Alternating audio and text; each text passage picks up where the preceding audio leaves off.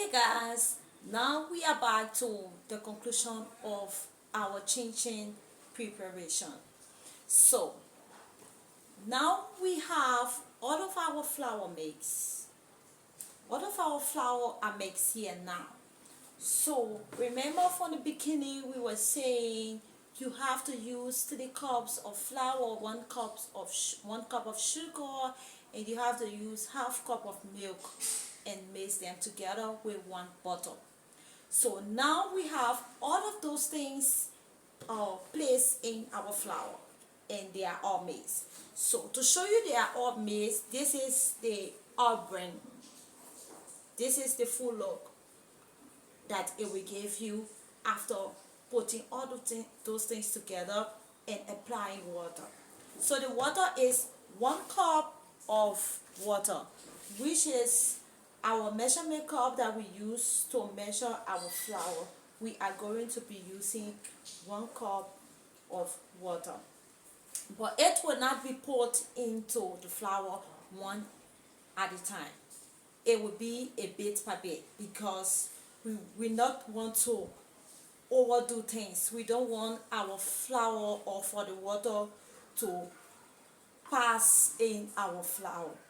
Yeah, so we will have to like put some of the water and get our flour mix. So this is to be told again, if you are putting 1 cup of water in the flour, which is 3 cups of flour, 1 cup of sugar, 1 cup butter, ½ cup of milk.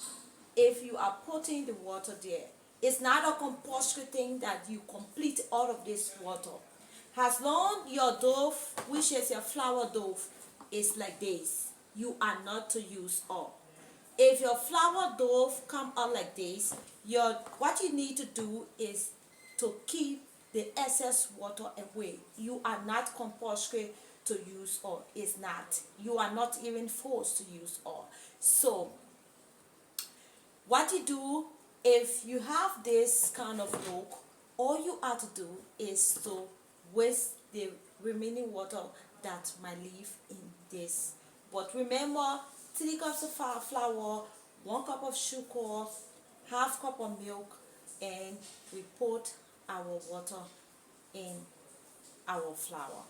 And when we get this dough, what next we are going to do? We will be cleaning our bowl. This bowl is what we are going to be cutting our chinchin on. Someone may be like, what do you mean we are going to cut our chinchin on this bowl? But let's take it. This is the bowl.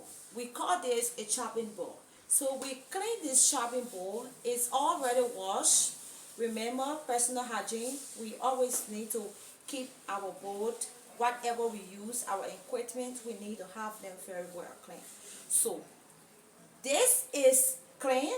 So what next we are going to do is to get our knife clean as well. So when our knife is clean, we just wait, keep it aside, and start on our dough, which is our flour. So we take this flour a bit by bit, but remember, you are to keep excess flour on the side. You have to keep additional flour on the side. So with this flour, this is a dry flour. So with this flour, we will use this flour to rub on this dough that we got.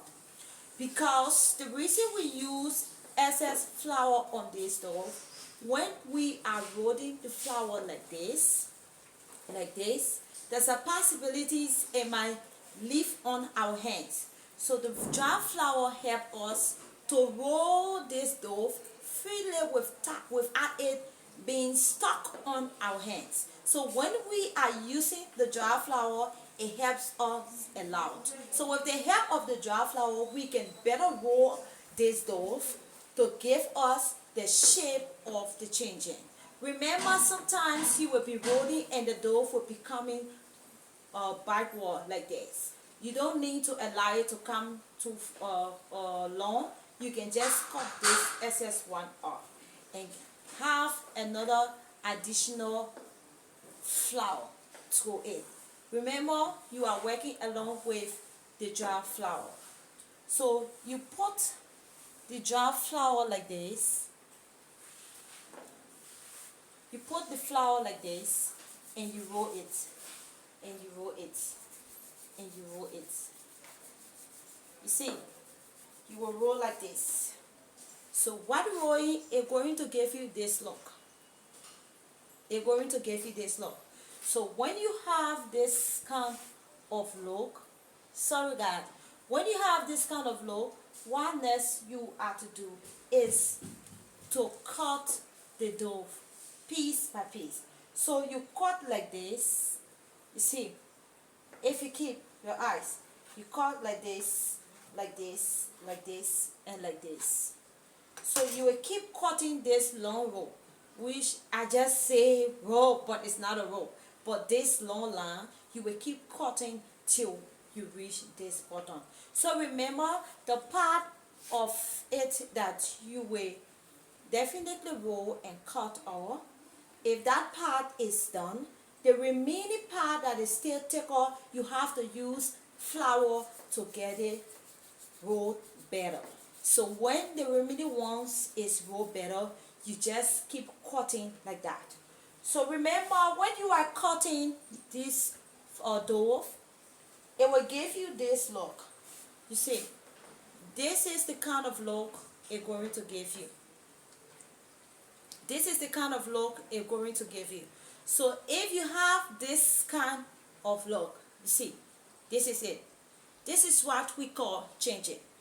You will see the full look after frying it. This one we don't bake, but we fry. So this is the look after cutting it. So let's cut a lot and see how well it's going to be for frying. Stay tuned.